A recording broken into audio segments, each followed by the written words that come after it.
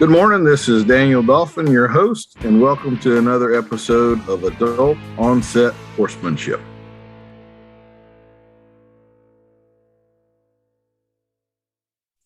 Ladies and gentlemen, our guest today has been a professional farrier for 35 years. He earned his certified journeyman farrier certification in 1991. He has a master's degree in human resource development, 2 bachelor's, a minor, and an associate's degree. He has twice won the AFA's Jim Lindsay Outstanding Clinician Award. He's a 3-time winner of the Outstanding Farrier Education Award. He is an American Farrier Team member, which is the international competing team. He has been a judge at the Calgary Stampede Farrier competitions. He has been in the top 10 of the World Championship blacksmith competitions. He is a fellow of the Worshipful Company of Farriers, one of only 5 Americans to do so, and one of only 40 in the world. He is the first American examiner for the Worshipful Company of Farriers. He is an international clinician, speaker, and author. He has written Gregory's textbook of Farriery. He is in the International Horseshoeing Hall of Fame and the founder of Heartland Horseshoeing School since 1995 in Lamar, Missouri. He is also a man in his early 50s who can still rock a sleeveless T-shirt to the degree that his wife not only cooks supper every night, but dessert too. Mr. Chris Gregory, how are you doing this afternoon? Nice to be here, Daniel. Thank you. All right. That gives you a little feel too. We play around a little bit with stuff and everything. If I get a little too silly for you, just tell me to back it up. Chris, we're going to start out like we do every podcast with our lightning round questions, the icebreakers. Are you ready to go? I am, yes, sir. All right. What is your favorite way to relax? Probably just sit back and play guitar. Morning or evening? Oh, I'm a morning person. So I'm usually in bed by 9, but it's pretty rare for me to be in bed past 4. Bay or sorrel? Oh, bay. Yeah, that's easy. Does pineapple belong on pizza? So politically, this is a really, really tough issue. I'm sure you're aware. It's that's so political. I'm worried about touching it, but for me, it does not. But man, you go around the world and they've got some weird pizza. You get down to Brazil or if you get to England, they don't even have any good pizza. But no, my answer is no. Do you have a particular pet peeve? I hate people throw cigarette butts on my property. Okay. So that's always a pet peeve of mine, yeah. That's a good one. Favorite beverage? It's either coffee or water. Sometimes I switch it up and go water or coffee. Fair enough. Coffee is mostly water, so you're pretty much there all the time. Can you tell us something unexpected about you? I was a tattoo artist for quite a while, and so a lot of people, that's another little sideline that a lot of people didn't know about. But I guess once people meet me, they think that's a little unexpected. I've heard on Mullins Farrier podcast, I guess that's kind of a tradition. A lot of the students wind up getting a tattoo from you while they're there. Is that correct? It used to be, but once I needed to have these, I quit tattooing. It's a hard thing to fix if you have a problem. So I quit doing it a couple years ago. Yeah, you kind of just get one shot at that, don't you? When you put a tattoo on, they don't like it. They got to put it under a train or something. And so it's. If you could choose any superpower, what superpower would you choose? I can't remember I don't even know what it's called, but there was a story about a guy who could just disappear and reappear somewhere else. Okay. And so, man, talk about an advantage. That's way better than super strength to flying or whatever. Just appear somewhere else. That would be a great one. Like teleportation kind of thing? All teleportation. Right. I knew you'd have the word. Thoughts or feelings? Thoughts. Yeah. Yeah, I'm more of a thinker than a feeler. Do you have a particular favorite piece of tack, or I guess in your case, tool, that's just like somebody messes with that, they're going to have a problem on their hands? Yeah, my son made me a really sweet clipping hammer, and I mean, it's funny. If you just leave a hot shoe on the anvil and walk away, you come back and the shoe's clipped. So it's pretty mad. Okay. So yeah, That's a hammer that I don't let other people swing. Yeah, that's fair enough.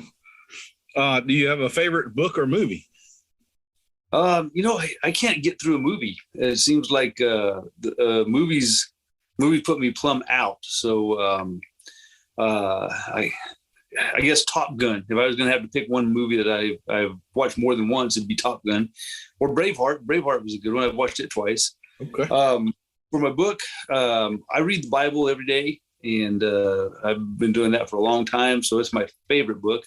But I also like a lot of stuff like stuff by Malcolm Gladwell. He's an incredible writer. There's also Peak was a recent book that I read that I really recommended a lot. And it was by, I think, Anders Ericsson is the name, I believe. But it was about how to learn or how to become good at practicing. So both of those books would be. Very good. Is there a preventable question or problem that you get sick of answering or dealing with, and you kind of just wish that the world would figure this out and we could lay this to bed? So I get a lot of emails virtually every week where people asking questions about lameness. And oftentimes they ask a question without enough information for me to even answer. It's like, my horse is lame in the right hind foot. What do you think? And so, that's a question that you after you answer that question so many times by asking all the questions you have to ask, you almost feel like getting rude, but I guess I wish people would make sure they have enough information to give me all the information needed before they ask a question. I don't know if that'll suit, but that's my answer. No, that's very good. We get a little bit in the horsemanship game. A lot of times it's the other way around. They'd give me a 20-minute dissertation on the history of this horse, and 20 seconds in, I was ready to answer the question. So, but obviously with a hind leg or something, there's a lot that could go wrong there. We might need to know. And it might not be the hind leg, but it'll be a similar question. What is your favorite dinosaur? Ooh, I'd have to say pterodactyl. You're the second pterodactyl person that we've had on, so that's interesting. I think we probably make up a large percentage of the population. And have you ever had a UFO encounter? Nope. All right. Nope. And I did live 3 years in Roswell, and so I had a good shot at it. That's interesting. Well, you go to bed early, so that might have you were around at the wrong time. Of course, 4 a.m. probably dark then anyway. Well, very good. We're going to give you, I think, 117 points, which makes you eligible for either a coupon for a unicorn, 50% off anywhere that they're sold, or a genuine compliment. You can choose which you prefer. I will always go with unicorn. Okay. We'll get that mail to you tomorrow. So. All right.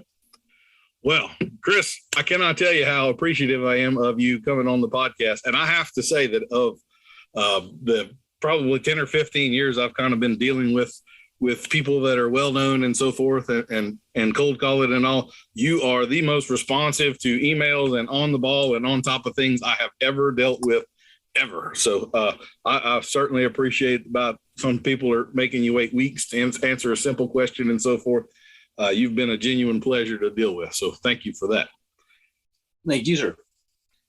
So I thought I wasn't eligible for the compliment.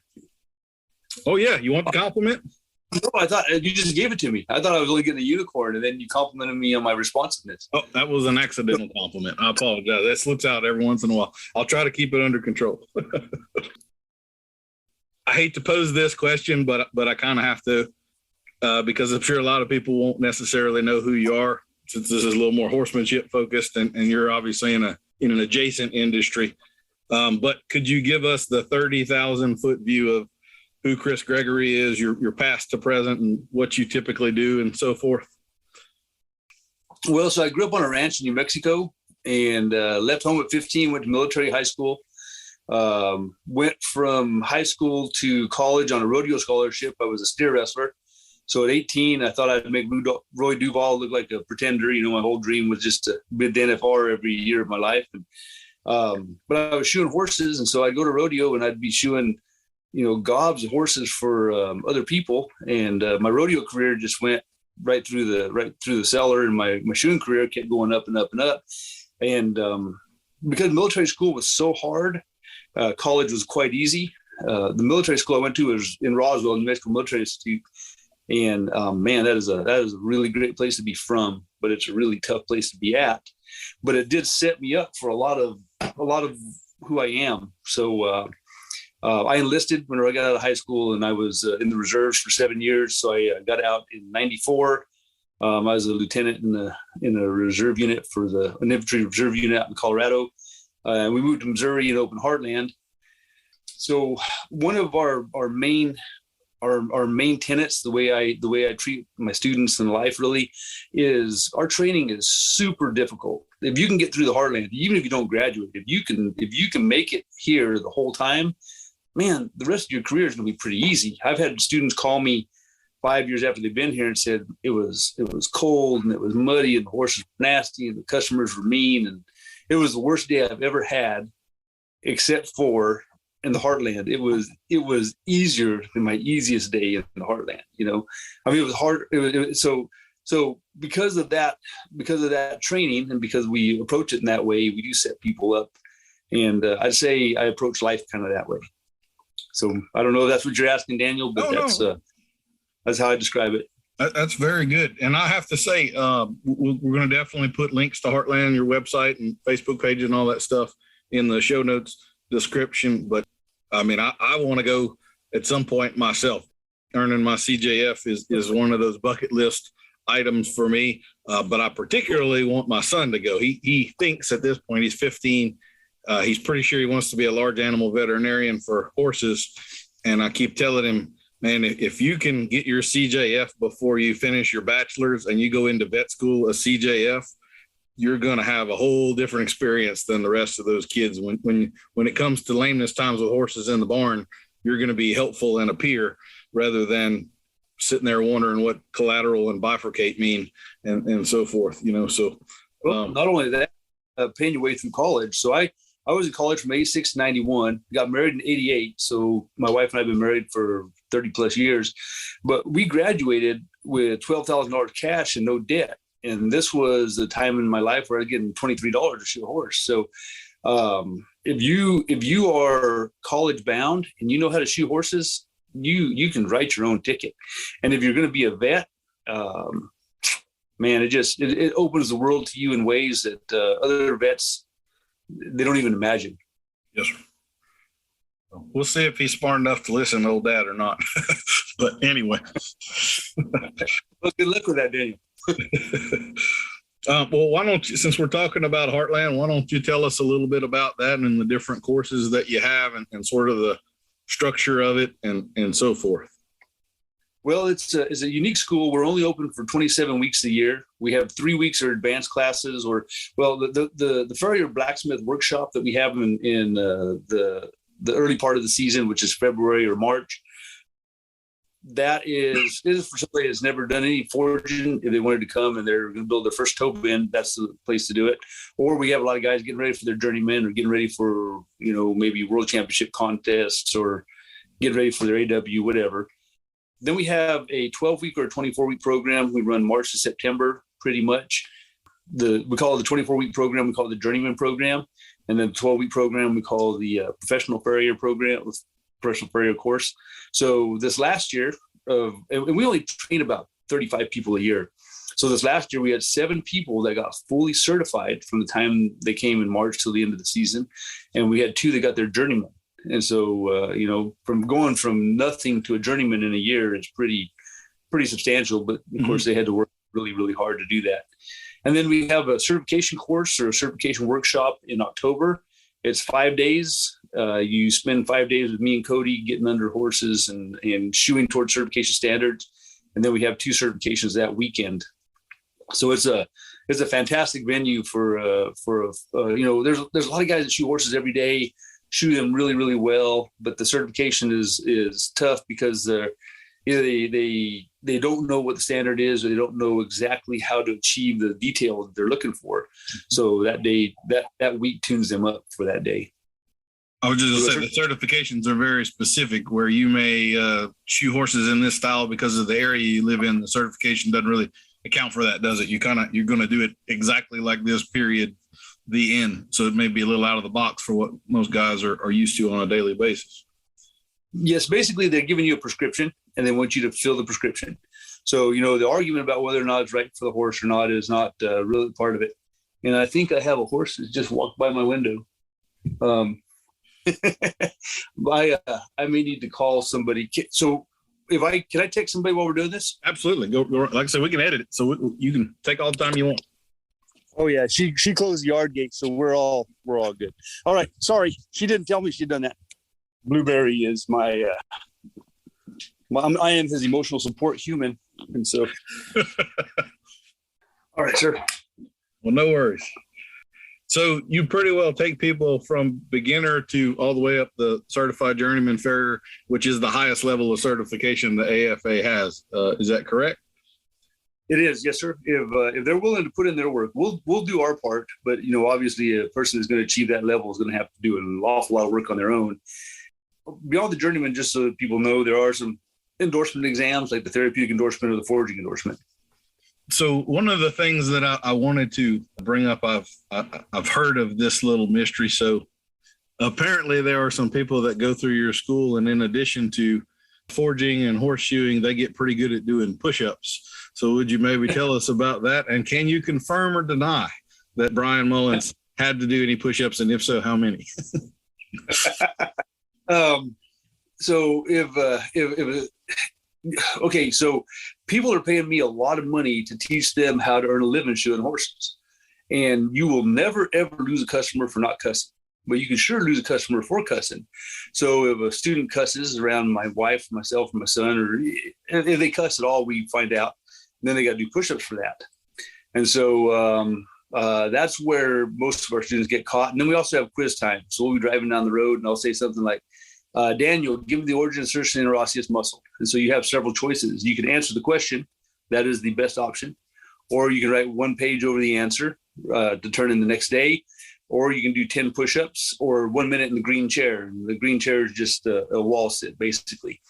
Huh. And so Brian Mullins, he's pretty careful with his language. But I think he probably let a bad word slip because he is Canadian.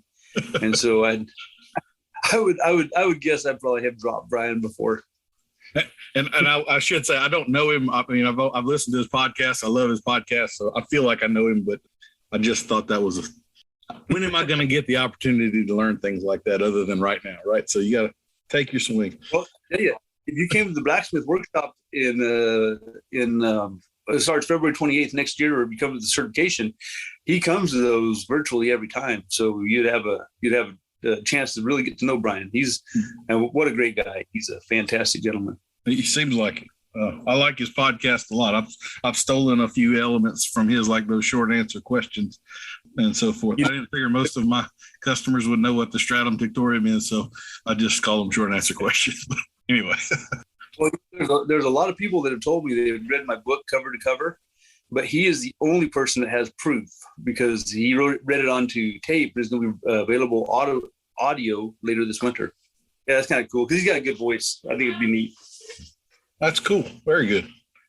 Is there anything in terms of relationship building that every farrier wishes their customer knew? Maybe like the cussing at school is sort of a set of standards, a code of conduct. What do farriers wish that the owners knew to uphold as a code of conduct or a relationship standard?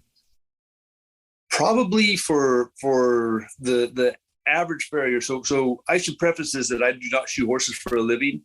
And my newest customer I've been shoeing for since 1997. So I have a different perspective than most farriers. But I do know that if you have a person that is, let's say a person is a drywaller, and they come up to the horseshoer and say, I don't know anything about what you're doing, but this is what I want you to do to the horse's foot.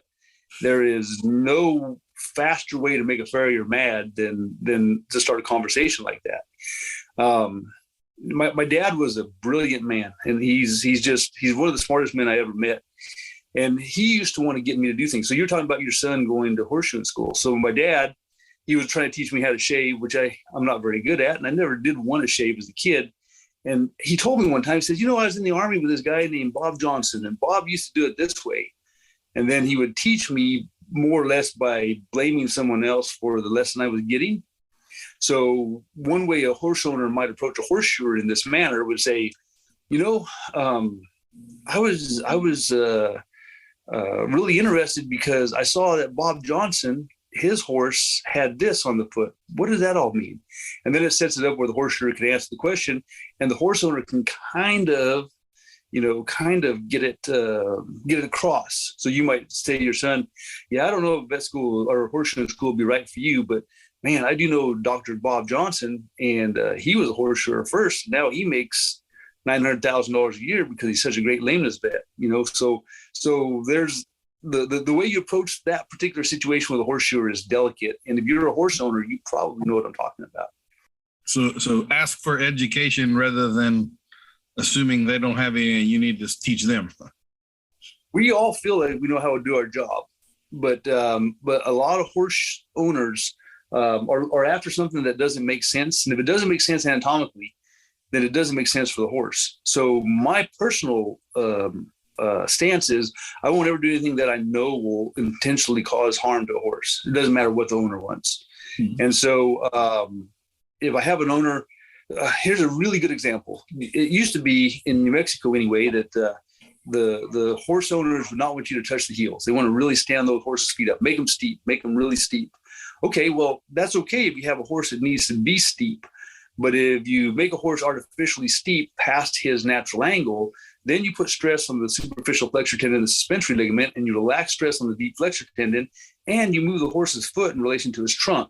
So you've done a lot of things mechanically that can be detrimental to the horse. So then if you have a bowed superficial flexor tendon or a sprained suspensory ligament, it could be because you made the horse too steep. And if you did that because the owner or the trainer required you to do that, and if you knew better, then you're really kind of at fault. So, but if the horse owner really wants that, he can say, hey, Bob Johnson's horse is like that. What's going on?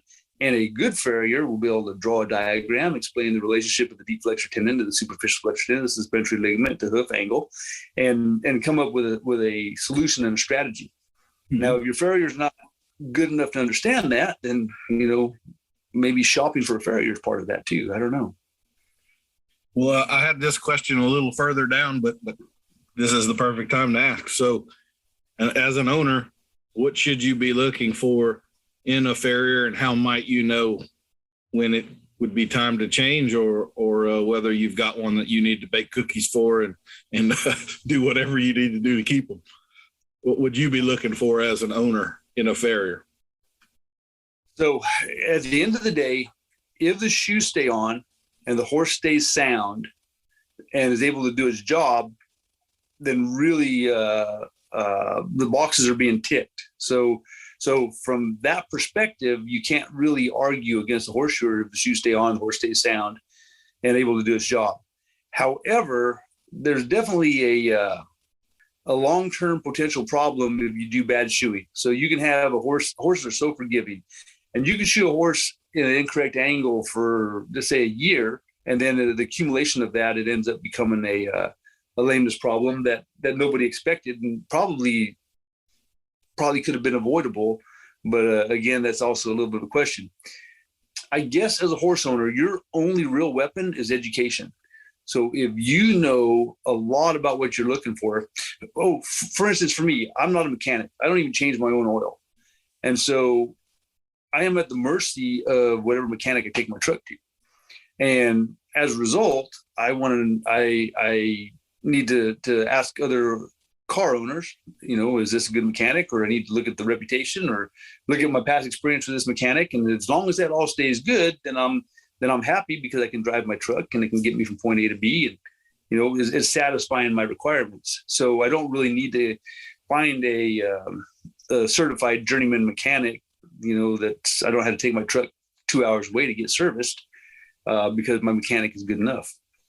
Anatomy is your biggest foundational block to understand, because if it doesn't make sense anatomically, it doesn't matter how shiny it is, it doesn't matter how well it's represented, it doesn't matter how nice it's packaged. If it doesn't make sense anatomically, it doesn't make sense. So could you give us a few examples of things that farriers might be blamed for routinely some of the cliches that they really don't have any control over, like maybe cracks in the hoof, or let's say I look at this one particular horse and his hairline is never, parallel. It always is kind of dumping to the inside or something like that. Is that necessarily a red flag on your farrier? Or you had mentioned shoes staying on. If a horse, we occasionally have a shoe ripped off or something, like I know as a trainer, if I'm losing front shoes, that could easily be the fault of the rider and the way that they're handling the horse, and not necessarily have anything to do with the farrier. So is losing shoes now and again a red flag, or no? It's not a surprise that we lose shoes. What the real surprise is that we don't lose more. I mean, think about what we're doing. I mean, we're nailing on a piece of metal on a 1,000-pound animal that's going to be asked to do stuff that it wouldn't do naturally, and we're only putting it on with 6 nails. So lost shoes are as much a part of life of horse ownership as a flat tire is on your vehicle. It can't be avoided, and there's no way you'll ever be able to avoid it 100%. And it doesn't mean you have a bad farrier.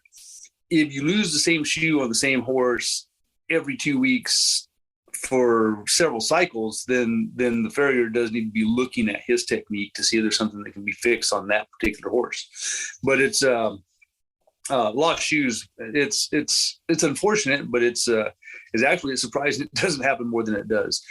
Clips are something that if they're put on a horse's foot and they're put in well and they're burned in, sometimes the horse owner will see clips on a horse and they'll blame weird stuff on clips. They'll say, "Oh, my horse was stumbling because you put clips on him." Clips are just not, at least in North America, they're not as much a part of shoeing a horse as they are in other parts of the world. But clips take shearing force off nails. So clips are a way to actually make your shoes stay on better, or make them fit better to the horse's foot, in my opinion. What else? Just kind of. So cracks, or white line disease, and some of those other common things that farriers might get blamed for that they really have. Yes, so we can kind of help head it off. So if we see the beginning of white line disease, putting in some hoof clay or whatever treatment you like, that can often head it off. But also in our particular practice, we see very little white line disease, and I am kind of convinced that it's from hot fitting. So the act of hot shoeing your horse every time you get shod, you kill all the fauna and flora you were about to nail on under that cold shoe. So just the act of hot fitting, I believe, gives us a death sentence for the white line disease once every 6 weeks. We also get blamed for lamenesses that often are not our fault. It's human nature to just blame the horseshoer if the horse goes lame. But if a horse goes lame really over 7 days from the shoeing, it's probably not from that shoeing. So if you have a hot nail, even if you have a close nail, it's going to be rearing its ugly head, or even sole pressure. All of those, if they were going to be lameness producing, they're probably going to happen within 3 days. And by the time you get to 7 days, if it's beyond that, it's very, very unlikely, I should say, that it was the horseshoer's fault. We'll have a horse 6 weeks in, and they'll call up and say, "Hey, my horse is lame. He must have had a bad nail." And it's weeks and he was shod. It's unfortunate, but that's the way it is. What importance would you put on maintaining a good cycle with horses and having that stuff done regularly versus the customer that just calls you every once in a while and you show up 4 months after you did the horse and the same shoes are still on him and so forth? What, in terms of anatomy and biomechanics and all, what sort of an effect do you feel like that has, and how important is the regular cycle, 6 weeks or whatever it is? Well, it is critical to the longevity and the performance of your horse.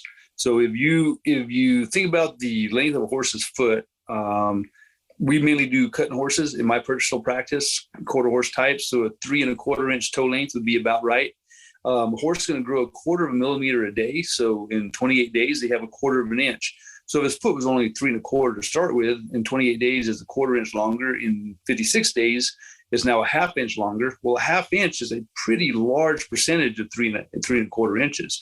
So the difference in leverage and the leverage arm that the toe has, the amount of force that can be generated through the joints and the tendons, all of those are increased by the toe length. So and not only that, but the horse's anatomy changes to the stresses that are put upon it.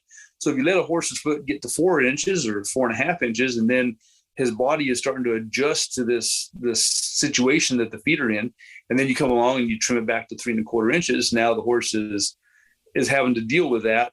You're making the change in an hour, but it took months for it to happen. And then if a owner takes a horse roping or goes cutting or goes on a long trail ride right after a drastic change, you can certainly cause problems.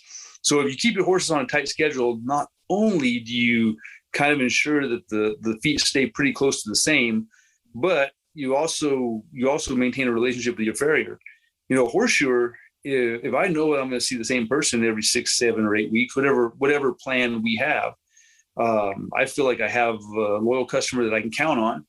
And when they call me, I'm available. If I have a person that I'm going to see for hunting season once a year for the 4th of July parade, if they call me and it's not convenient for me, I'm probably not going.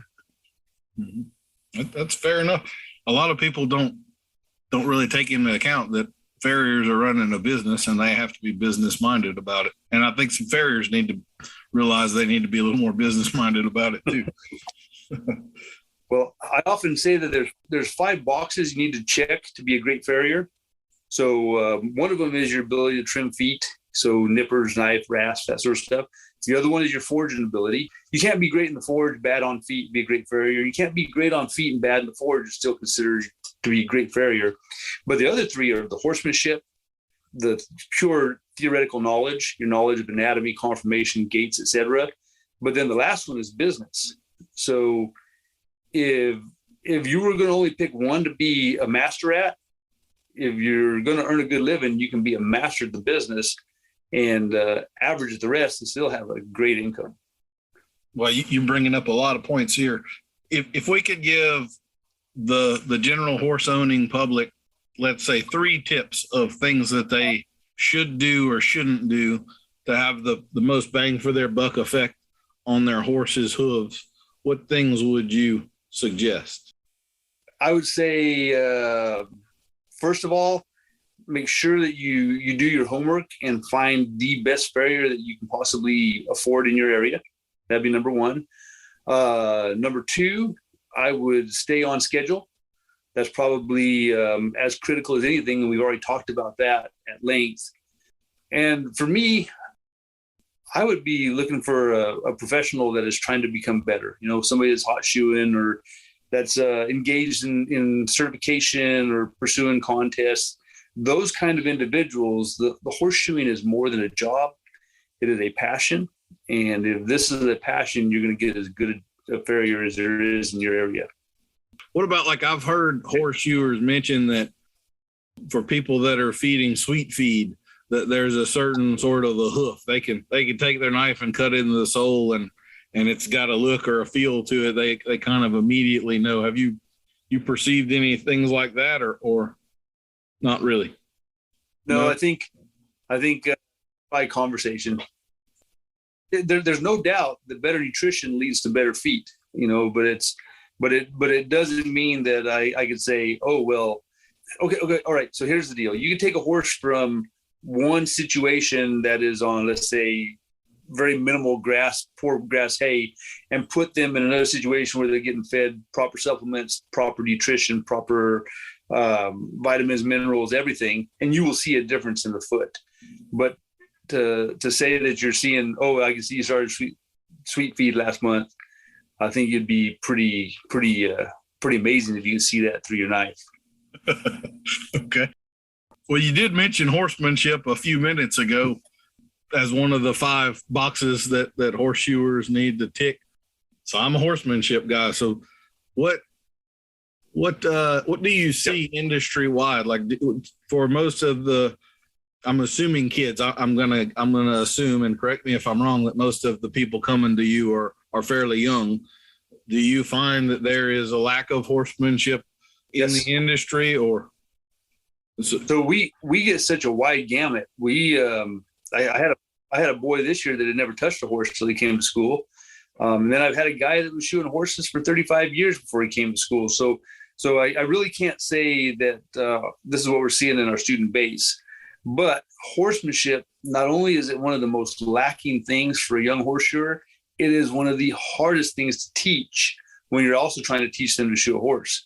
So we use a no-veil headstall, and I don't know if you use that as a training aid, but it's not because I'm trying to teach them to train horses. It's because I'm trying to keep them from getting killed shoeing horses. Mm-hmm. So it's a big difference, you know. Sure. But the no-veil headstall, if it's used correctly, that thing has been a very much a magic thing for us compared to, and we don't drug horses, don't spend a lot of time round pinning them. We will do, last year they were keeping track, and we did one week, we did 381 head. So we're doing those kind of numbers. I've got to keep these kids alive from all over the place with all these different backgrounds in a very dangerous situation. So the no-veil headstall has allowed me to do that. So you don't put just a little duct tape on their lip and solve it that way or anything? No, I think that's a lot more common in California than it is in Missouri. Have you tried that? I haven't actually tried it. I have not. I think it's about time for our commercial sponsor. And I'm going to apologize to you. This is a competing entity, but they offered me so much money for this sponsorship of this podcast that I couldn't turn it down. So the podcast today is sponsored by the Totally Thrifty Titan Trimmer, available as a battery operated or plug-in tool. The Totally Thrifty Titan Trimmer will save you time and money with carbide tipped chainsaw teeth and over 3,500 RPMs. Never stand around waiting for that expensive farrier again or overpay for an hour of some sweaty guy's time. You can definitely take charge of your horse's hooves with the Totally Thrifty Titan Trimmer. Every Titan owner gets a 17-minute instructional video showing you everything you need to know to safely operate cutting tools around sensitive tissues. All horses have a safe zone red fluid indicator to let you know you've gone too far. And hooves also grow constantly. So how badly can you really screw this up? Professional farriers are expensive, so amateurs are definitely cheaper. Save with the Totally Thrifty Titan Trimmer. Not responsible for accidental wounds incurred to either horse or human, and gloves and hoof stand are not included. So I hope we didn't offend you with that one, Chris, but like I said, they paid a lot to be on this particular podcast. So, well, yeah, congratulations on getting your sponsor. Good job. So we've talked a little bit about certification and so forth. Would you give us sort of the bird's eye view of what some of the different associations and levels of certification and so far are? Like I know you're triple certified, if I'm correct there, under Fitz, the Worshipful Company. And so go ahead and tell us about it. Yes, sir. AFA has a certified farrier, which is shoeing with cake shoes. You have 2 hours to take a written exam. You have 1 hour to shoe 2 feet with cake shoes for the certified, and then the multiple choice written exam. The journeyman is 2 hours for 4 handmade. So you do the whole horse, and it's handmade with clips. You make a bar shoe to a pattern, and you have a written exam, and they're a very, very good standard. I think it's it's a great exam. It's been around a long time, and a very good milestone for a farrier to try to achieve. The Worshipful Company, they've been around since 1356, so their history is pretty extensive. In order to shoe horses in the United Kingdom on your own, you have to have a diploma of the Worshipful Company of Farriers, and you can't take the exam until you've been an apprentice for 4 years and 2 months. So 50 months into your training is when you get to take your exam, and you only get 2 shots. If you fail it after your second shot, you can't shoe horses for a living. So it's quite a tough exam. They do 2 feet with handmade shoes in 2 hours. They take a written exam where they actually have to write the answers. Then they do a shoe display and an oral exam and a horse evaluation. It's a pretty good exam. The associateship, you do 2 feet in 2 hours, and it used to be we had a super huge list of shoes that we had to shoe. I took that exam in '97, and you didn't know what those shoes were going to be. So it was such a big list. It was pretty tough. But then the written exams, 5 questions I spent 2.5 hours. I wrote 27 pages handwritten and 5 pages of diagrams in 2.5 hours. So it was a pretty extensive written exam. Then you do an oral exam that it feels there's a lot of pressure on the oral exam. You got the white coats sitting there at the table. You're on the other side. They're chasing you down rabbit holes. So the oral exam is pretty good. There's a modern farriery, so you might have to glue a shoe on or do a quarter crack repair or a resection or something. And then you present a shoe display. So that's a very, very good exam. It's probably the hardest exam that I had taken as a farrier. And then the fellowship, it's changed a little bit now, but it used to be the practical was you made a shoe for a dead foot. So the practical was pretty easy, but the theoretical part was really hard. The oral exam was quite hard. You had 1 hour to prepare a 30-minute lecture over an unknown topic. They basically hand you a card and it says, this is your topic, and you have 1 hour to prepare a lecture. It's become easier with the internet. Well, maybe it's become easier, maybe it's harder, but at least with the internet, a guy that gets that situation can look up on his phone some of the key points and bullet points to making the lecture. Back when I took it in 98, the internet was not nearly what it is now. So basically you were in the library and they give you your topic and you just had to make your lecture.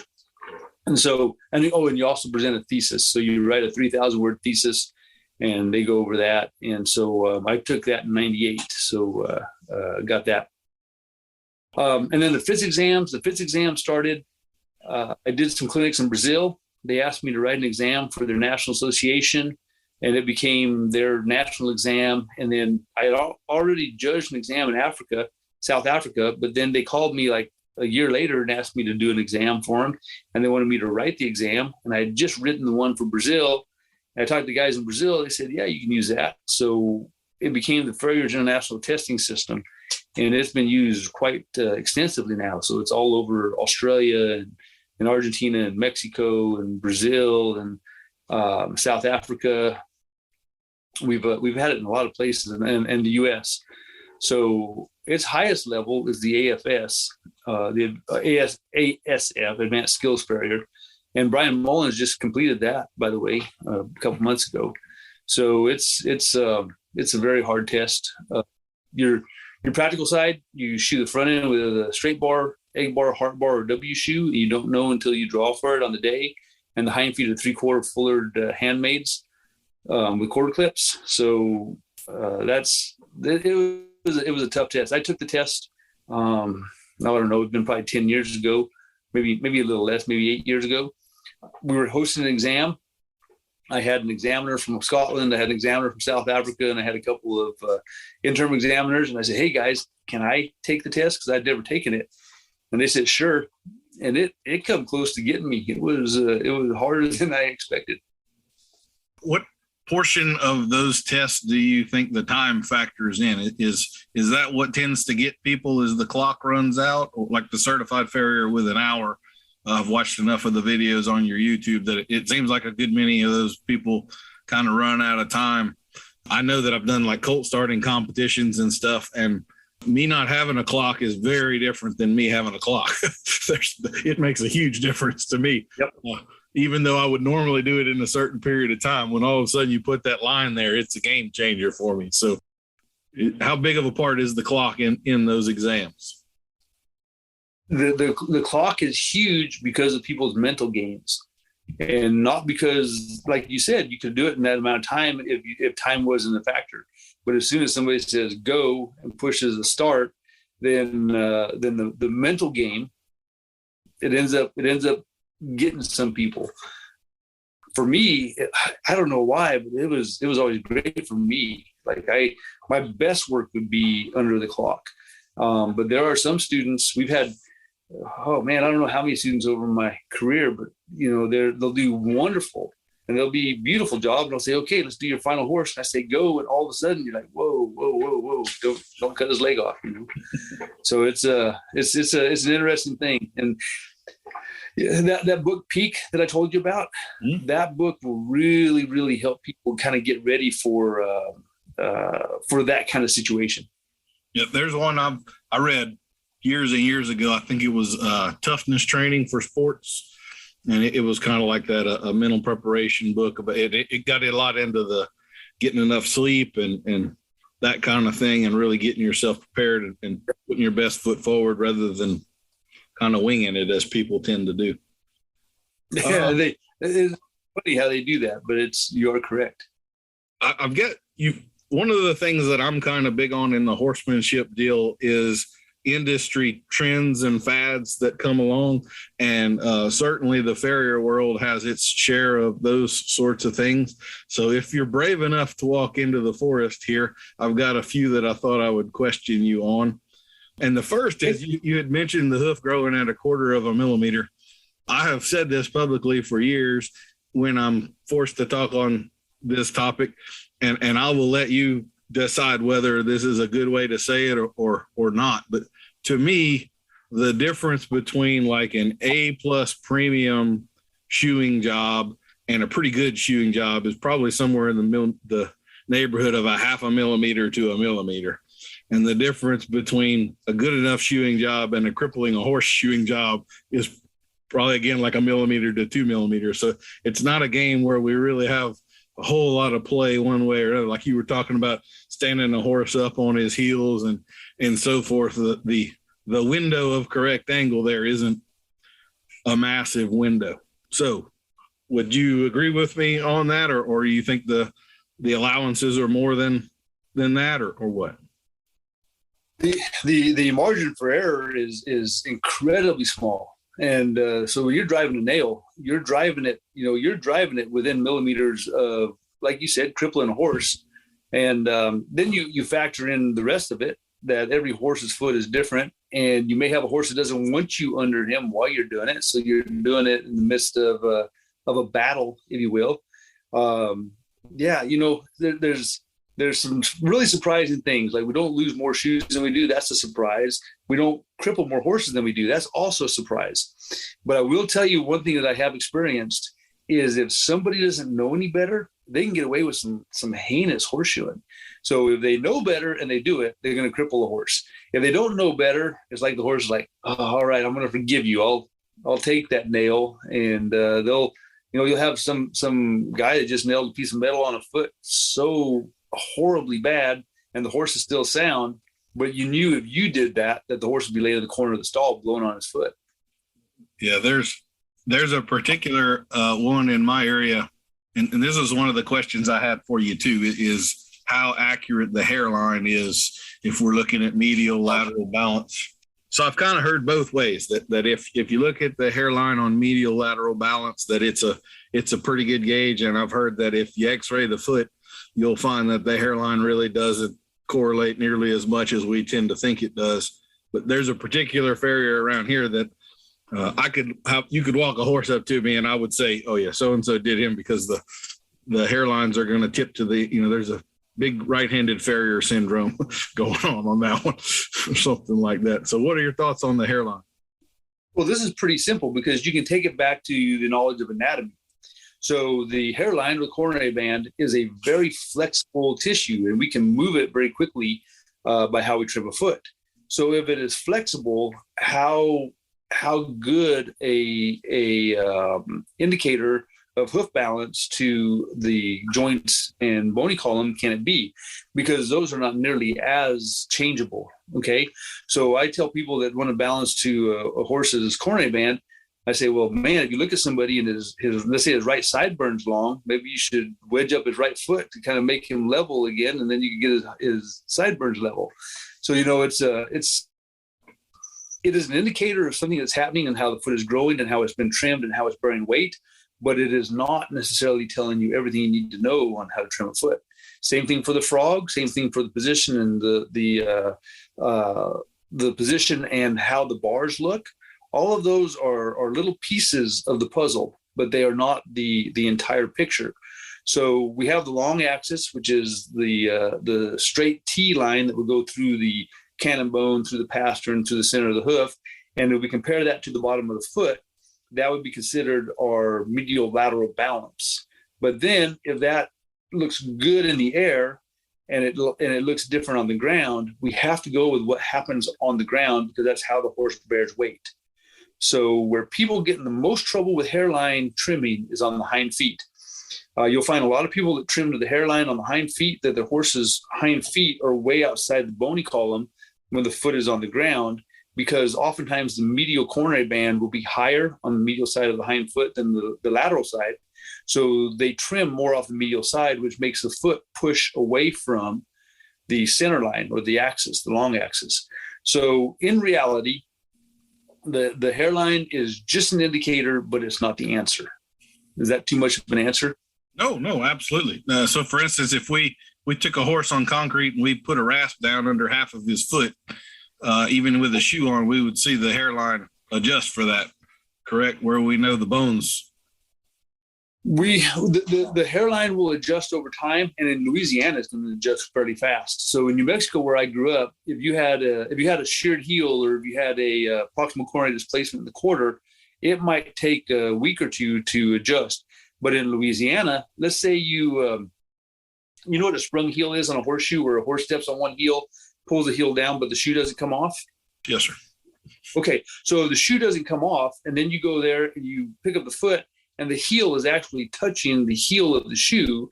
Well, that happened, and if you look at the coronary band, that coronary band will have the bulb will have dropped on that one side. The coronary band will have a hump, what we consider proximal coronary displacement, where the apex of that bend is.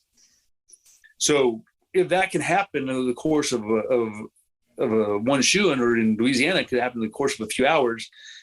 If that coronary band changes so quickly, using it as a guide foot trim off the bottom could be a big mistake.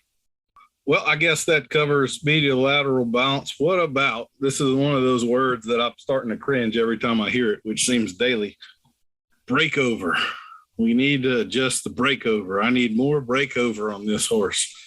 Do you want to puke when you hear that, or are you good?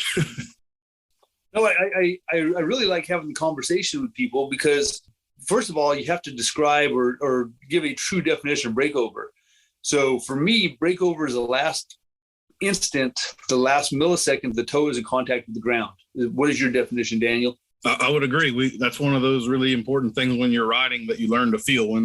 When the foot is about to leave the ground is a key moment of influence when you're riding. Okay, so when somebody says they want more breakover, exactly what does that mean? I think it means chop all the toe off and move the shoe back about 3/4 of an inch. But anyway, that's the colloquialism of it. All right. Okay. So, and a lot of times the horse owner will say they want that because it'll speed the foot up. Have you heard that? Yes, definitely. All right. So what if you did that to the right foot and not the left foot? And then the horse was going to go out at a trot for, let's say, a half mile. If you only did the right foot, not the left foot, would the right foot get there ahead of the horse? We have a space-time continuum problem, right? Uh-huh. And so what really happens is you change your leverage arm. And so if you move breakover back, the horse has a less leverage arm to do its job. So it would be the equivalent of putting a bald tire on a truck or going snorkeling without flippers. So if I have a lame horse, okay, so here's the analogy I often use. I have a pretty bad knee. I've unfortunately I'm cashing checks that I wrote when I was young, like many of us do as we get old. But if I go snorkeling, it can be pretty hard on my knee. So if I go snorkeling without the flippers, it's much easier on my knee, but I can't go very far very fast.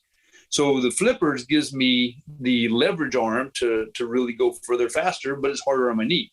So if I have a horse that is lame, a increased breakover, they want to call it that, or if I change the leverage arm by moving breakover back with a rocker toe, rolled toe, square toe, or just setting the shoe back, any of those four things, I have decreased the leverage arm on that foot, and I can make the horse that is a little bit sore maybe more comfortable.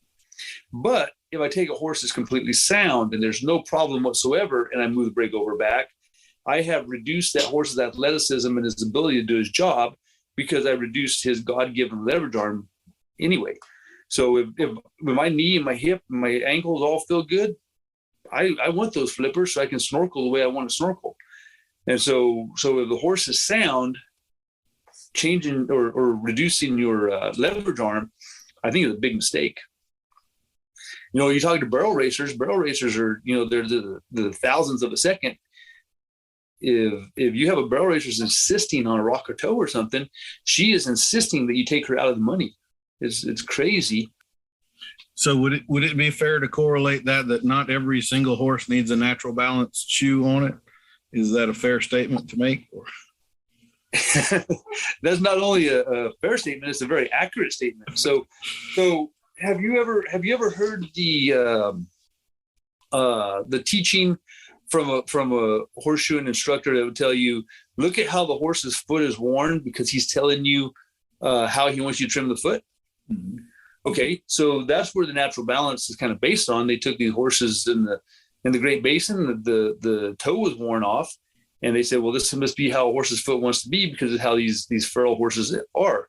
But I don't wear my shoes the way I want my feet to be. I don't, when I wear out my shoes, I wear out my lateral heel. And so then my ankles get sore, my knee gets sore, my hips get sore, my back gets sore. I need new shoes. But I don't take my new shoe and my old shoe and rasp the lateral heel off my new shoe. It would be stupid to do that. So if I'm not doing that to my own boot, why would I do it to a horse's foot? So the wear that you see, the wear pattern you see on a horse's foot or on his shoe is telling you this is where we need more protection. This is where he needs more material is going to give him more leverage if you build it up or protect it or shoe it in a way that is stronger. So the natural balance, in my opinion, was based on a theory that doesn't actually make sense anatomically. It should have been the opposite, in my opinion. Now, I know that's probably going to be a really hot button. I've only put on one pair of natural balance shoes my whole career, and I didn't think it was going to hurt the horse. And the vet was insistent, and the owner had them, so I didn't mind. But it's if I want that shape on a shoe, I can very easily do it. When you're hot shoeing, it's as easy to make that shape as another shape. Mm-hmm. I've played down that rabbit hole a little bit myself. I don't know if I've said this or not, but I shoe my own horses, and I have been I probably just did trimming for 4 or 5 years, and then I've been shoeing mine for now 6 or 7 years. And I've had a couple of mentors. I haven't been to a school. I don't do it professionally for other people, or if I have a close friend or something that needs a little help. So I've got about 30 head here that I keep trimmed and shot as needed and so forth. And I'm a big experimenter when it comes to stuff. So if something comes across me, then I say, well, hey, I'm going to throw that on 3 horses and see what it does. When I started playing with breakover too much, I started feeling horses it was like they were falling forward and had to catch up. They were trying to get their front legs back up underneath them the whole time.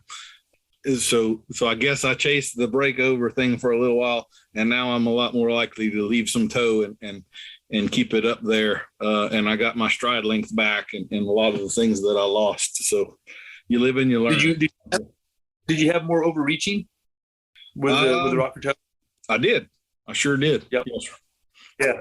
So people say, well, let's put a rocker toe on because it's going to speed my feet up, and they think it's going to get the feet out of the way faster, but actually the foot moves back in the timing of the horse's stride. And so when the foot moves back, as you said, the horse was like trying to get his feet in front of him, but it's because they're starting so far behind them, they're more likely to hit them. With overreaching, the one old textbook used to say you speed up the front, slow down the hinds. Have you ever read that? Mm-hmm. We did that to a lady. She rode her horse to the school, and it was hitting every step. So we sped up the front, slowed down the hinds. When she got to McDonald's back in town, she had to wait 10 minutes for the hind feet to get there because we had the front end doing 10 miles an hour and the back end was only doing 9 miles an hour. So, it's impossible. But it sounds really clever when you say it, but it doesn't make sense if you try to apply it. Yeah.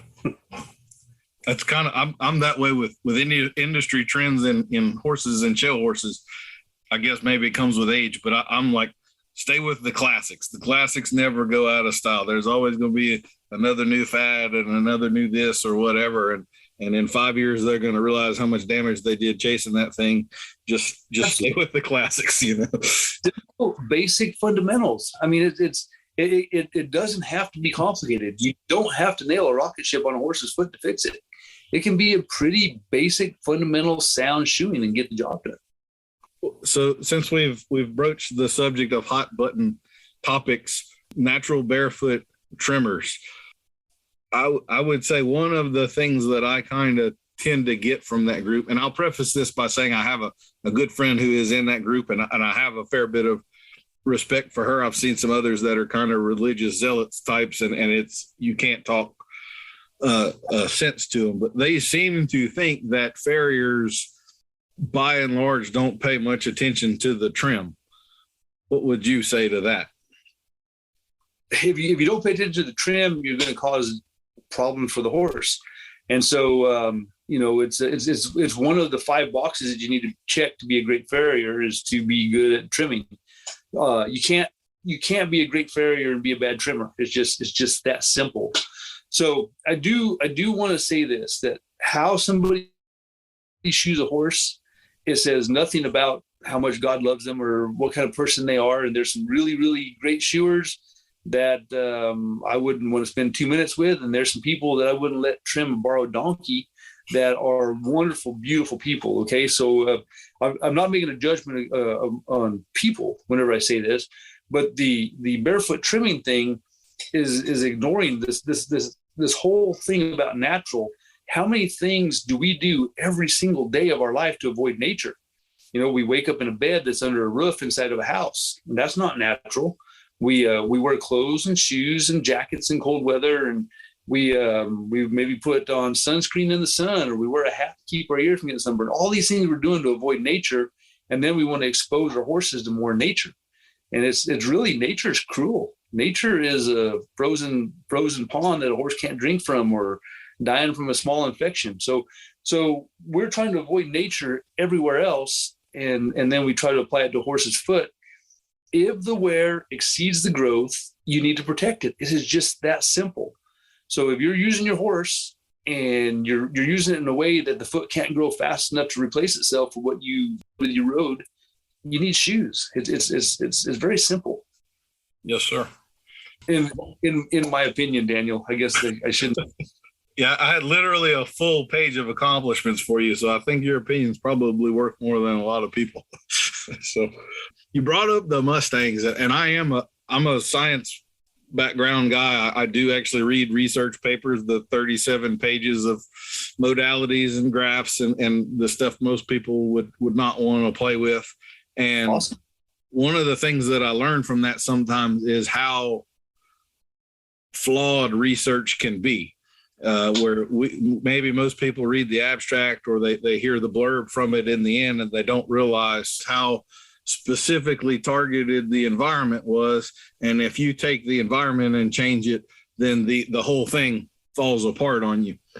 So for instance, all of the research done on desert Mustangs, I know that the hoof that you get from a horse that comes in from West Texas for training and the hoof that we have here in South Louisiana and our moist soils, those two hooves don't look or act anything alike. I guess, how much of the Mustang research have you paid attention to, and do you find it to be as important or game changing as some would tout it to be? So one of the very big problems we have in this industry is that so much of the stuff that happens is anecdotal. So instead of being scientific research that would adhere to any standards of the scientific method, we end up with a story that somebody said, and it may be based on 20 horses or even 50 horses that are in a single environment, but all of these horses' feet become products of the environment they're in. So I did some clinics in Australia. One of them was Chris Pollitt, and he had the I want to say it was Hansen, but I stand to be corrected just in case I got the name wrong. But they took some animals from a very wet environment and put them in a dry environment without trimming them or doing anything, and their feet changed from the long toe with a lot of flair to a small little nub of a foot from the desert environment, and they captured those animals again and took them back to the wet environment, and the foot changed again. So all that's telling you is that the feral horse model, if you will, is only giving you a model for that particular horse in that particular environment. And it doesn't really say much about the guy who has a horse in Louisiana or in Arizona. Mm-hmm. So I was actually going to bring up that one or one similar. I had heard one in Australia where they did something similar. They took the dry desert horses and brought them to the marshland, and the marsh horses to the desert. Only in this one, the marsh horses in the desert were all so lame after 2 weeks that they had to gather them back up or they were going to die because their hooves had just couldn't take that rapid of of a shift of environment, and then they basically had to end the experiment and save them. Was that? I'm not sure. I actually looked for it before this and I couldn't re-find it. It's probably been 5 or 6 years ago that I had read that one, but I just thought that was one of those things that, like, arsenic's 100% natural.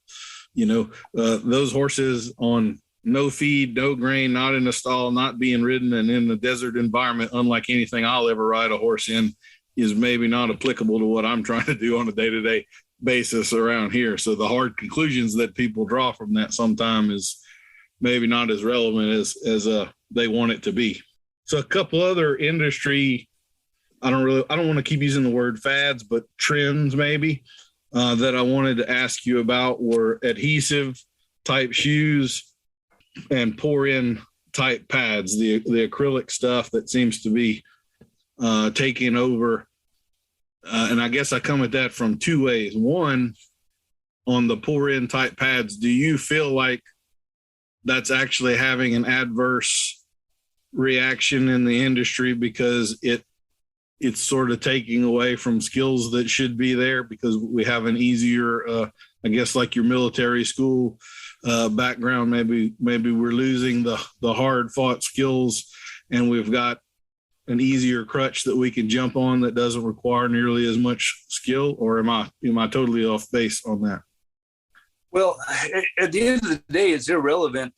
There's nothing that weighs your truck down more than lack of skill. So I really believe the skills are very important. But if I have a lame horse and I'm trying to save the horse, I don't care if the shoe is cut out with a plasma cutter or made by a world champion blacksmith. I don't care as long as I get results. So ultimately, if the pour ins are giving us results, or the acrylics are giving us results, I'm not against them. For me, I came up in a time in this industry where if you wanted a bar shoe, you had to make a bar shoe. If you wanted a patent bar, you dang sure had to be able to build a patent bar. You couldn't really buy anything, and none of us had welders back in the day in our trucks. So if you wanted to weld something, you lit your forge and you put flux on it and you welded it, like we still do at the school. So those skills are very valuable, but it doesn't mean that you can't get results by welding a plate into a shoe with a welder, or using acrylic, or using the pour-in. I was really late coming to the pour-in game. They gave me a bunch of free stuff, and I was like, I don't need that. It's not for me. And once I started using it, I found that I was getting good results with heart bars, and I got way better results when I use heart bars with the pour-in inside of them. So they're definitely have their place.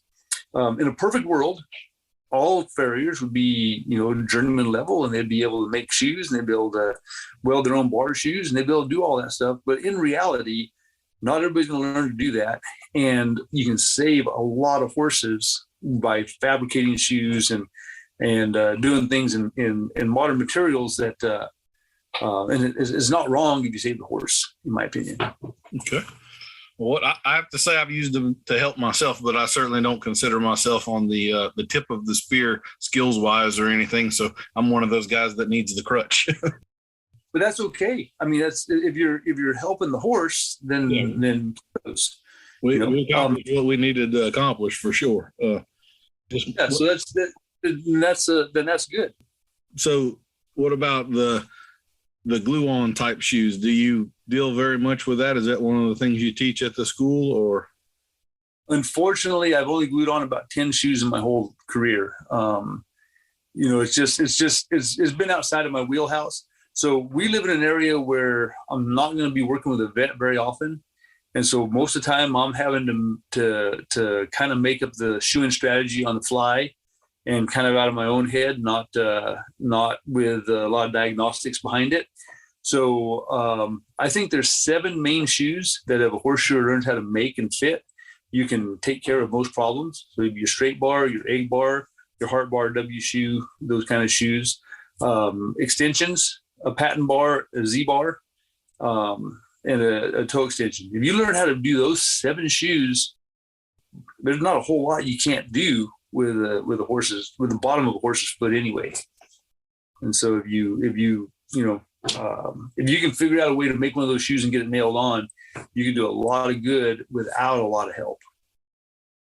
And then the other thing I wanted to talk with you about, this to me kind of goes sort of with the breakover, but I haven't been in the horse world as long as you have. I'm not quite to 30 years yet, but to me, the prevalence of navicular syndrome has just grown and grown and grown and grown to the point where it seems like 1 out of every 5 horses has got symptoms of it at this point in time. So I wanted to get your take on that, and if that is, I guess, first of all, what you think, or if you have an opinion on what causes of that might be, if it's a husbandry issue or if maybe it's more on the diagnostic side. I kind of feel like the way I understand it is navicular disease is when we can actually x-ray the foot and see bony changes in the navicular bone, and navicular syndrome is more, we've got pain somewhere in the back half of this foot. I'm not sure what it is, so it's navicular syndrome.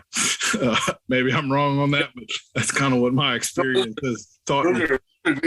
Those are great definitions to start with. But I will say that I've had horses in my book that have had bony changes in the navicular bone, but were sound. And then oftentimes you'll get a horse that has all the classic navicular symptoms, but then there is no radiographic changes. Now, we don't get to really pursue MRI and some of that stuff, but I do know that in some areas where they're able to use these very expensive tools, they're able to find things that maybe there's no bone changes, but they find lesions on the deep flexor tendon that passes over the phototrochlear bursa that are giving the horse the navicular reaction. Okay, so to answer your first question, why do I think this has happened? I've been around horses pretty much I'm 53 now, and I've been around horses my whole life. And we had navicular even whenever I was a kid. My dad had a horse on the ranch that ended up with navicular syndrome, and they ended up nerving it. But I think there's been several things that have happened that I've seen happen through my career. First of all, I need to let you know I am a big-time creationist. And so I am a young earth creationist. I believe the Bible kind of tells us history. Evolution to me takes a whole lot more faith than to believe in creation. And the more I study this, the more I'm in awe that evolution ever became a theory. Now, I know a lot of people think that you're dim when you say that, but if you don't know where you stand, you should study this really hard. So there's something called genetic entropy. And so entropy means kind of like the winding down or the deterioration of a system. And the mutations that happen in a genetic model as it continues to have these mutations, and it gets worse and worse and worse. It doesn't get better. Your horse is not going to turn into a unicorn. Evolution, I don't believe is happening. I think the opposite is happening. So with genetic entropy, coupled with the fact that oftentimes horses are bred because they're trying to breed for color, or they're trying to breed for, maybe the shape of a head or something.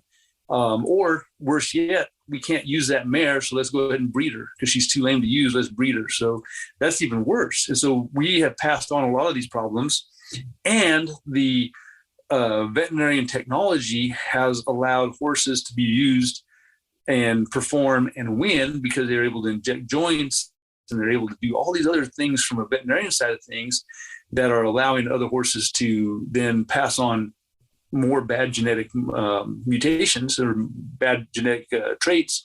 And so all of this has come to a head.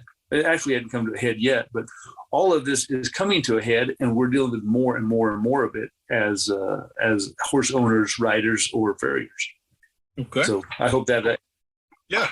So what would be, let's say, because this is such a common deal, like I have a horse in the pasture right now that's about 13. He belongs to a friend of mine, and he's gotten navicular to the point where, he's not usable anymore. And in fact, if he was mine, I would probably be putting him down at this point. But what would be a generic sort of prescription, a direction you would head with one of these horses? What would be some advice you might have for us? All right. So there's a couple of things. Do you happen to have my book, Daniel? I do not. I didn't even know. So I was doing the research on this. I didn't know you had written one, but I will shortly. Okay. Well, there's a concept called moving the stone. And so I had a good friend. He used to say you get used to anything except for a stone in your boot. And so sometimes you'll go to a clinic as a horseshoer, you go to a clinic and the horse comes in lame and they put something weird and crazy on and the horse walks out way better. And so all of a sudden you're like, oh man, look at that name your product, fix the horse. And so what they did do is they moved the stone. So let's say you're lame, you got a stone in the heel of your boot and it's sore and it's bothering you and you start limping. You finally stop, you shake your shoe, you shake your boot, and you get it to move to the toe of your boot. So now you're not nearly as lame. You still have a stone in your boot, but it's in a different spot. And so after a while, then you start to get sore again. So with a navicular, I have had instances where you stand the horse up and he'd get better for a cycle, maybe two. And then if you went with a shallow angle, he got better for a cycle or two. And so more or less, I call that moving the stone. So that's one thing you might consider. Another thing is, navicular is not something you're going to fix. It's not, you can't shoo away arthritic changes. It's just unfortunately it's not something that you might be able to manage a little bit, but you're not going to fix. But if the horse has a lifestyle that is very controlled, so the horse is going from a pasture to an arena to a barn, to a trailer, not a mountain trail horse, not a horse that they're going to go work cattle on, or not a ranch horse, but just a very, very specific job, then doing a low nerving where they cut the palmar digital nerve, that's not a bad option. It at least takes away the pain response for the horse and allows them to live. Even if you don't use them, it allows them to live with a little bit more comfort. So you really got to take the horse's situation into account, because once you take away that sensation from the horse's foot, he becomes a very dangerous animal. He could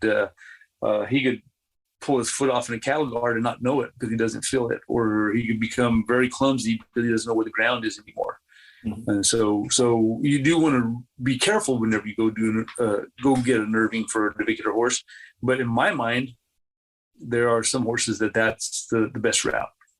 Okay. Shoe and wide, generally speaking, you make the angle more steep, you can take weight off of the deep flexor or take stress off the deep flexor as it passes over the navicular bone. So that little area is called the podotrochlear bursa, and that's where the deep flexor passes over. And so by making the foot more steep with less stress on the deep flexor, there is less stress on the navicular region, as a generic answer. So this is probably not something that'll be very relevant for whoever is listening, but since I've got you here, I got to ask. I have, in the last couple of years, had 2 horses in for training that I suspect had DSLD. And this is not something I've really ever come across. They're both quarter horses, and my understanding is that's more common in like walking horses and all of that. But would you educate me a little bit on that? I think I know kind of where it's heading with both of the horses, but I was going to try to maybe put some hind shoes with trailers, give them a little more posterior support. Is this just once the suspensory apparatus is broken down to that point, it doesn't really matter what you put on the bottom. You're probably not ever going to find a shoeing strategy that will stand that pastern back up or restore that balance. Unfortunately, there are things that finally break and they can't be fixed, and it's a really sad thing on some of those horses. But we do see it on a lot of old brood mares and of all breeds, not just a walking horse or something. And the fishtail or trailers or any of that, I don't think they really help. I think it is just what it is. If they get so bad that you can't shoe them anymore because they're so lame on the right foot, you can't pick up the left foot. That horse you really need to consider, putting him down. Yeah. The horse that I've got in right now, I kind of feel like he's in the early stages of it. I mean, his fetlocks aren't hitting the ground or anything like that. But I feel like that's what's going on. He hasn't seen a vet or anything, but I've watched a few horses walk around and I know what the hind leg's supposed to look like. And he's 10% beyond that or whatever. What's the rate of progression, would you say? Is this he's got a few years maybe, or not that much? Or what? Depends on how heavy he is and how old he is. So if it's a really fat young horse, then you can lighten him up and maybe manage it a little bit. But if you're talking about a 22-year-old broodmare, man, is going to be going fast. Well, I think this is a horse that could stand to lose some weight, and I think he's about 15 or so. So, he's on the border. I would definitely try to make him a much thinner animal, and give him a little bit of exercise. But yeah, there's so many factors. There's really not a direct answer for you on that, Daniel. So I've got another question for you here. This is actually from a person asked me to ask you this question, but they wanted to know what are some of the specific things that you look for to determine whether a horse has a pain issue or a dysfunctional movement issue. So I guess, when farrier's asking you to walk the horse away and walk him back and turn him and so forth, what specifically are you looking for? The best gait is a trot, because it's a diagonal 2-beat gait, and it's easier for our eye to see when only 2 feet are hitting the ground at the same time. So as the horse is moving, if I can watch how his head bob is in relation to his whatever foot's bearing weight, generally speaking, let's say the horse is lame on the right fore. As the right fore hits the ground, he's going to throw his head up, and his near fore is going to come down a little bit earlier, or it's going to look like a short stride. It's not truly a short stride, but it's going to come down earlier in relation to how far the right front goes beyond it. So that one's a very easy one to see. If you have a grade 3 lameness or an early abscess or something, you can see that horse trot, and even a non-horse person can say, oh yeah, the right front's lame. Beyond that, the flexion tests are very handy. Just let me, since you said that, I was just going to summarize that as down on sound. That's what we're always looking for. The head is down on the sound foot, and it's up on the unsound foot. So, okay. Yeah, sorry. But that's excellent. I'd never heard that, but that's excellent. And the short stride's a misnomer. You know that whole argument? Have you been down that road of a short stride? No. Have you ever seen a horse lame and seen he has a short stride? I've seen, I guess predominantly if I'm thinking of that, I'm thinking of a hind foot, maybe with a stifle issue that's not reaching as far under as the opposite hind foot appears to. Like your argument a minute ago, those horses don't seem to walk in circles. So I guess they managed to even it up somehow, but. Exactly. So all the feet have to go the same distance. Because if you had one foot that was 6 inches shorter than the others, then it would end up being still back at the trailer when the horse is at the arena. So they've all got to go the same length. But whenever you see what they call a short stride, people are comparing when the foot passes the opposite limb. They're comparing that area of the step, which is the swing phase of the step in front of the other limb, and they're not considering the part behind that. So the foot that appears to have a short stride, it should be called a short step. The one that appeared to have that short step will have a shorter dorsal phase of the swing phase and a long palmar phase. And then the opposite will have a short palmar but a long dorsal. So the short stride or the short step is actually a misnomer. It's funny. I've had vets that they stick to it. It's a short stride, by golly, and it just can't be anything else. But in reality, it can't have a short stride and still go straight. That might be when they need to be paying attention to break over a little bit more, huh? Okay. Yeah, give them more break to fix it for sure. There's no doubt. All right. So I have a totally off the wall question for you here. We are both aviation enthusiasts. So yes, sir. What are you flying? I have a PA 32R T300 Lance T-tail, and I have the very last straight tail that came off the line in 1978, and the very first T-tail that Piper ever made. So it was their test plane, and so the first 200 hours was Piper's engineers and test pilots flying it around before they came out with the T-tail, and then the first owner worked for Star Trek. So our number is November 1701 Echo, which is the Starship Enterprise. So we call it the Enterprise. That's pretty cool. Yeah, it's a really cool plane. And Cody flies a little 1964 Dakota. And I mean, it's it's a 28 235, and I mean that sucker, it'll take off on a postage stamp. It's like a sports car. I'm driving an old Suburban. He's driving an old sports car. What do you fly? I don't actually have a plane right now. I'm my father-in-law has got a couple, and my other bucket list item is to build a STOL plane. So like we're not that far from the Mississippi River. The whole Sunset landing on sandbars in the river is like my nirvana, but I haven't gotten there yet. Do you have your PPL and your instruments? All that? I've got some of my hours, but I'm not completed with it. It just hasn't been. We still have young kids in school and all, and it gets hard to justify, being selfish and spending that much money and time on something that's just for me. So, you must not have the right accountant. There's always a way to justify it. But one thing I did want to tell you, and hey, podcast community, if you want to cut out on this, that's fair enough. But clinician perks, I'm sure you've had clinician perks here and there. I have a group I do clinics for in South Carolina, and one of the ladies' husband was an F-18 squadron commander at the Marine base over there.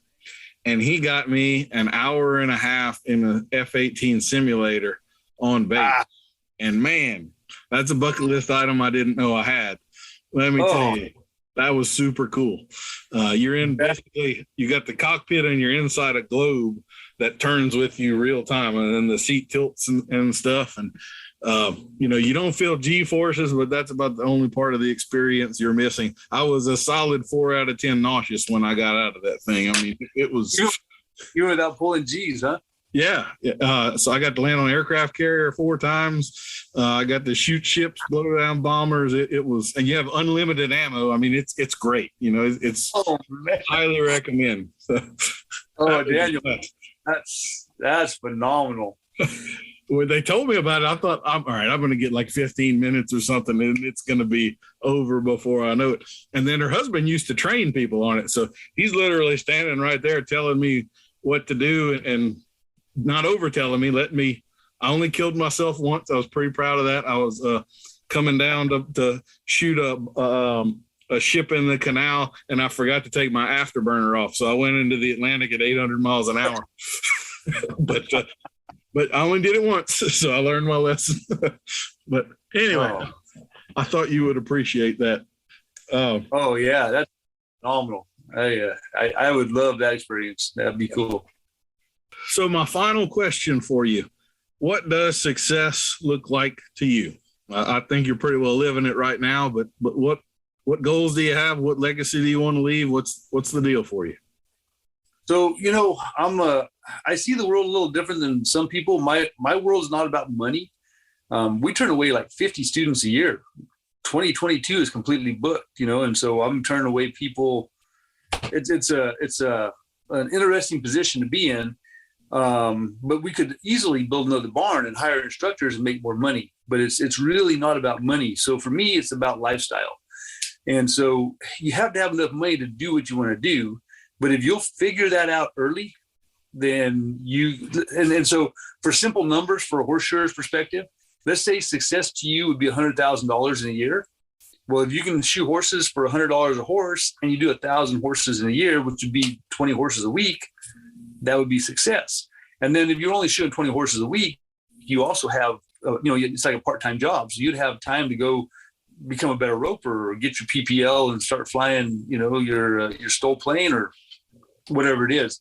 So for me, success really is living the lifestyle that you want to live. And it doesn't matter if my lifestyle doesn't have to be like anybody else's. It's just whatever's right for you, you need to achieve. So that's success. Very good. Well, that's pretty much all the questions that I've got for you. I know I could sit here and talk to you for a couple more hours, but I'm sure you've got things to do, and you've been generous enough with your time. So, Chris, it has been a true pleasure. I really appreciate you doing this, and maybe we'll talk to you again, have you on again in a couple of years or something. Daniel, it was it was really nice to meet you. I've enjoyed it. You did a fantastic job as a podcast host. So I look forward to getting to spend some time with you, sir. Thank you very much. Absolutely. All right. God bless. That's been another episode of Adult Onset Horsemanship. Thank you very much for listening. We appreciate your time.